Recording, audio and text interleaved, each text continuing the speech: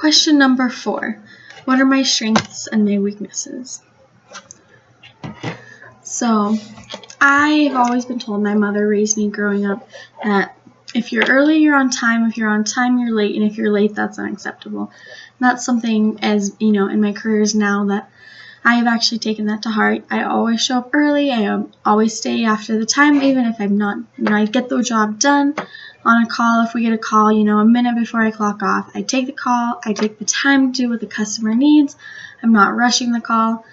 And I think that's something important, because customers feel important. Each customer wants to feel like they're the most important. And if I'm trying to rush them because I'm off, this is past the time that I was scheduled, then that's not being, a customer service. I'm not being a team player.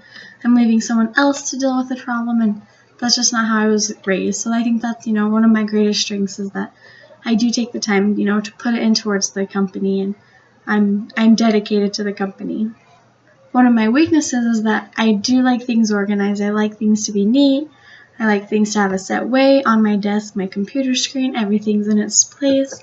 I don't like when other people come on my desk just because, they do move it and stuff. And I think having a neat, presentable place is important. It's one of the things that I've also helped in this company that I'm currently working in, is I've helped them, organize their files for applications and stuff. I've helped them create a system about that. And being organized has always kind of been, a downside. I always had to have a house clean with roommates, and that was one of the hardest things to do, is work around a roommate's schedule and the way a roommate is used to cleaning the house. So to have, a job where I can actually implement my ideas and people accept them, that's, one of the things that I've always, I'm glad I could be able to do with companies.